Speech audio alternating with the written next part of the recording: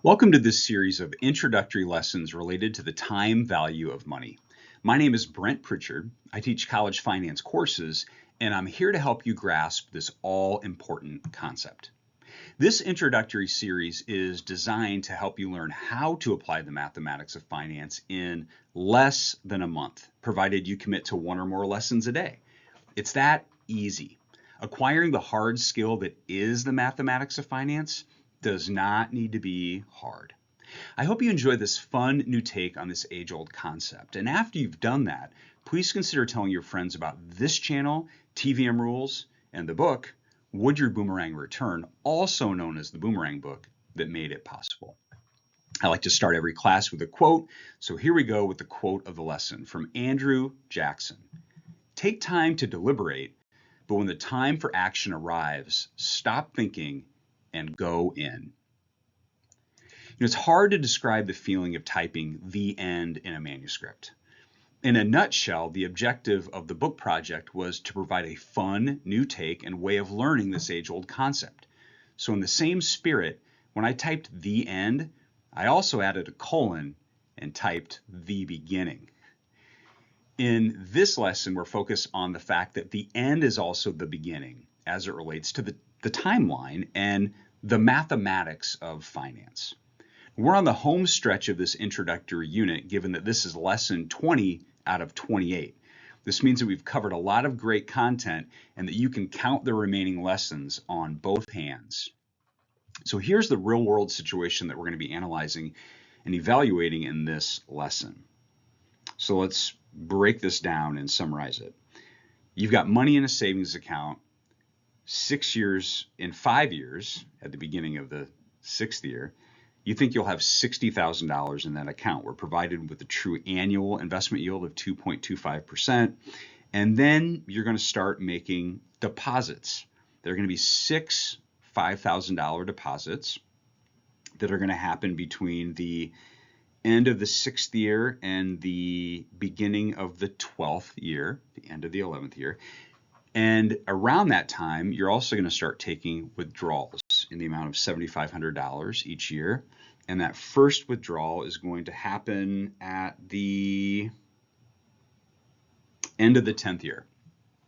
So let's get about drawing what will be lanes. So in the last lesson, we described the TVM wallet and how the three-step systematic approach requires that we step through the windows of the TVM wallet in the prescribed 1, 2, 3 manner. While we can use the TVM wallet to analyze situations that involve multiple streams of cash flows, I want to give the TVM wallet a little break from the action and show you how at times it helps to think bigger than the question in front of you.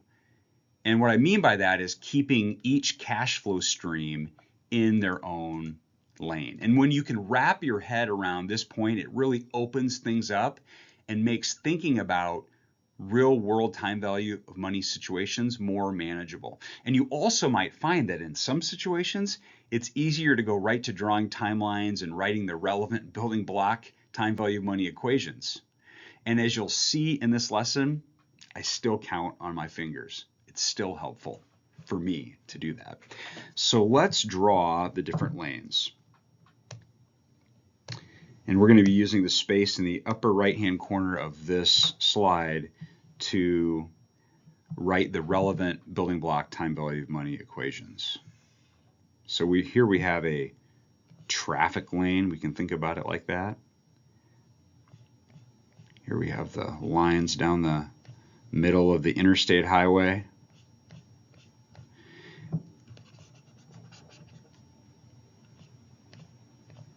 That looks better. So we have a 3-lane highway. This is the visual that I want for you to be thinking about for this. And we've got the end of the 5th period. So this is when you think you'll have $60,000 saved. Why a negative sign? Because that's money that's not in your hands. It's on deposit. And we want to estimate the future value. So we're going to put an FV there and we're going to circle it. So obviously we're using the building block future value equation to solve that number. But let's think about what's happening in the second lane. At the end of the 6th period, obviously this is not drawn to scale. Here's the abridged symbol. At the end of the 6th period, which is also the beginning of the 7th period, you're going to be making a deposit of $5,000, and you plan to do that through and including the beginning of the 12th period, the end of the 11th period. Remember, the end is the beginning. And if we count those out, we've got 6, 7, 8, 9, 10, 11. That's 6 of those deposits. So now we want to determine the future value of an ordinary annuity. And then ultimately, the future value. Now let's go down to the last lane. At the beginning of the 11th period, I think that's how it was worded, so that's at the end of the 10th period, you're going to start taking a withdrawal, and that withdrawal is in the amount of $7,500. And that last withdrawal will occur at the end of the 20th period, which, since the end is the beginning, let's just keep going with this, the beginning of the 21st period.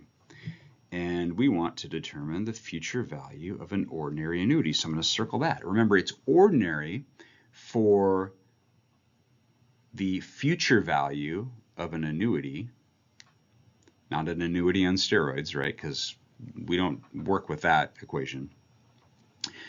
It's ordinary for future value to be as of the timing of the last payment. So it's really helpful to know, not only to know the building block time value of money equations, but to know how cash is flowing and the timing of the values. So let's go back to the first lane. We want to figure out the future value of this $60,000 amount. So here's our building block future value equation. Future value equals $60,000 times 1.0225. We were given the true annual investment yield of 2.25%, and we need to compound this 15 periods to get it from the beginning of the 6th period to the beginning of the 21st period. I know that kind of sounds weird or different to say that, but it's just a good habit to get into. The end of the 5th period is the beginning of the 6th period. The end of the 20th period is the beginning of the 21st period. And when we calculate this number, we get $83,772.41. So I'm going to transpose this. I'm going to move it down here, $83,772.41. So there's our number, our first number.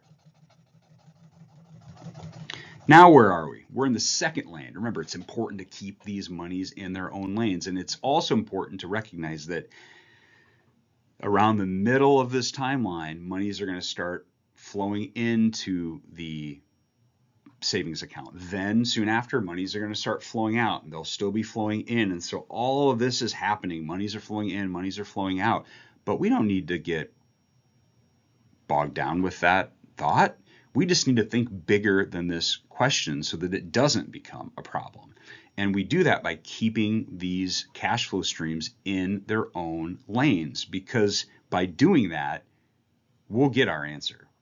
So the first thing that we need to do is we need to solve for the future value of an ordinary annuity. So FVOA equals PMT payment times this information in the square brackets, 1 plus I raised to the power of uppercase N minus 1 over I.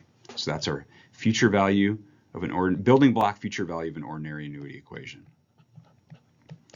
And we have this $5,000 deposit. Now notice how there's a positive no sign value there. In all of the building block time value of money equations, there are positive no sign values associated with PV, FV, and the PMT payment.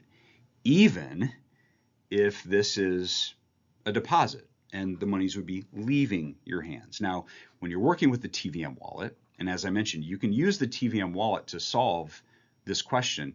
You'd have to write about 5 or 6 TVM, draw about 5 or 6 TVM wallets, and that's okay. But we're taking a little bit of a break from the TVM wallet because it helps to know how to think bigger when you're dealing with multiple streams of cash flows. So when you're dealing with the TVM wallet, you're going to have negative signs for monies that are being deposited or invested.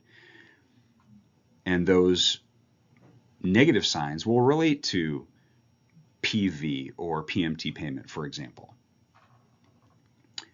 But when dealing with the building block time value money equations, you'll see all positive no sign values associated with FE, PV, or PMT payment. So let's complete this equation. 1.0225 minus 1. I haven't forgotten about uppercase N. We're going to come back to that. How many payments are in this annuity stream? 6, 7, 8, 9, 10, 11. 6. So we raise that to the power of 6. And when we solve for the future value of an ordinary annuity, we get 31,000.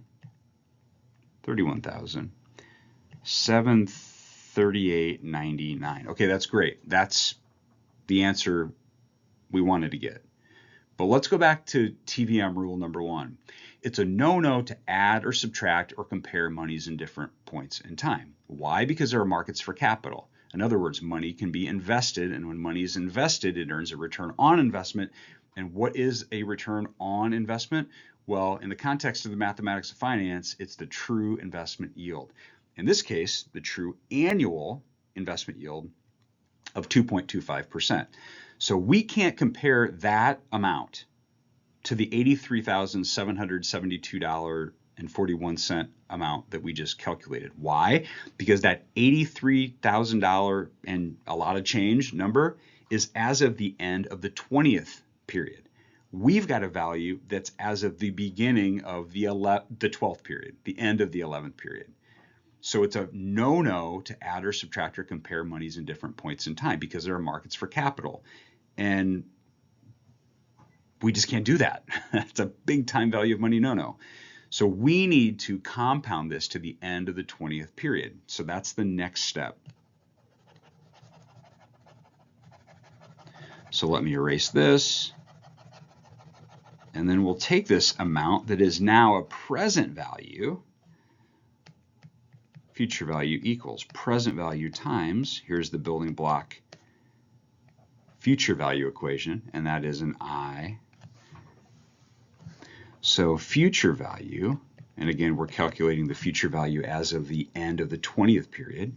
So now this future value of an ordinary annuity amount becomes a present value. That's what I mean by the switcheroo that happens in the TVM wallet, because if you saw that lesson about the string with the left side of the string, that represents present value, the right side represents future value. And if you think about the building block time value of money equations, and I've talked about this before, all but one, the building block true investment yield equation, relate to present value or future value, whether that's a lump sum, an annuity, or a perpetuity, an annuity on steroids. And now we need to raise this to the power of 9 because there are 9 periods between the end of the 11th period and the end of the 20th period. Future value equals $38,775.99. So there we go. That's a number that we can use because it's in the same point in time. So let's erase this because we're going to need this space again. Now let's move on to the third and final lane of our time value of money highway. And this lane contemplates withdrawals. So monies are going to be coming into your hands. And again, we want to calculate the future value of an ordinary annuity. So here's our building block time value of money equation to do that. The one we just used, but we've got some different values. And let's continue writing this out. 0.0225, that's our true investment yield. 1.0225 minus 1. Okay, what about uppercase N? I haven't forgotten about it, but let's count because it's still helps me. Maybe it'll still help you. So in terms of the withdrawals, we have 10, 11, 12, 13, 14, 15, 16, 17, 18, 19, 20. There are 11 of them. And remember, there is a relationship between uppercase N and PMT payment when you're dealing with an annuity based on how I teach the time value of money, because I don't advocate begin mode. And so there you go. You've got 11 $7,500 payments, withdrawals, and we need to calculate the future value of this ordinary annuity. And remember, it's ordinary for the future value to be as of the timing of the last payment. And that's great because that's the beginning of the 21st period, the end of the 20th period. And so when we do this math, we get $92,436.83. Now that's a number that we can add or subtract or compare. And we'll get to whether we're adding or subtracting. We're definitely going to be comparing. So there we go. I'm going to erase this just to clean it up a little bit. So let's think about these values. I mentioned that around the middle of the timeline, a lot's going to be happening. That $60,000 that you had is going to be growing. You're going to be throwing more money at it, $5,000 every year. And then at the end of the 10th period, the beginning of the 11th, you're going to start taking withdrawals. So money's going to be flowing in. It's going to be growing. Money's going to be flowing in. You're going to be taking money out. There's a lot happening. But it helps to keep the cash flows in their own lanes, because this will get you the right answer. It's worth mentioning again that in the building block time value of money equations, you're only going to have or see positive no sign values associated with PV, FV, or the PMT payment. In the TVM wallet, on the other hand, you'll have negative signs associated with deposits or monies invested. And you'll see positive no sign values associated with monies received or withdrawn. So now we just need to think about the different values. So let's start with the top lane. $60,000 at the beginning of the 6th period, right? That's the end of the 5th period. You think it's going to grow to $83,772.41 at the beginning of the what? Beginning of the 21st period. So should that have a negative value or a positive no sign value? Well, it should have a negative value because those monies will not be in your hand. Those monies will be invested, working for you, earning a true investment yield. Same thing with the second lane. That annuity of $5,000, it's a payment stream, but it's a deposit stream. You're going to be depositing $5,000 6 times between the end of the 6th period and the beginning of the 12th period. So again, that carries a negative sign. $38,775.99. And when we put these two together, we get negative $122,548.40. Again, I realize that because monies are going to be flowing in and out of this savings account around the middle of this timeline, you never actually expect to see that much money in your account. But that doesn't matter because we're keeping monies in their own lane, and then we're going to be adding an amount to this, and that amount that we're going to add to this, and it's a different way of thinking about adding, because it's not just a positive no sign value here. There's actually a positive or a plus sign. And the reason for that plus sign is that that's the future value of all the monies that will have come into your hands. So when we compare these, because we can compare these numbers because all these values are as of the beginning of the 21st period, the end of the 20th period. And when we do that, we get negative $30,111.57. No, you're not in debt. That negative sign represents monies that are on deposit. So well done. That's a wrap. If you like what you learned in this lesson, please consider telling your friends about this channel, TVM Rules, and the book that made it possible. Would Your Boomerang Return provides my complete unit on the time value of money. It's likely to be unlike any other textbook you've read before. It's fun and engaging, and its content ready to be used. The book can be used to complement, it's the fun cousin, one or more textbook chapters on the topic of the time value of money, or as a standalone resource, the information-rich uncle. What started as a search for a better resource to help my students master the concept of the time value of money ended with my typing "the end" and this book being published for a bigger audience. If you haven't purchased your copy yet, all the important information on this all-important topic is gift-wrapped within the cover of Would Your Boomerang Return? Until next time, enjoy the gift that is the present.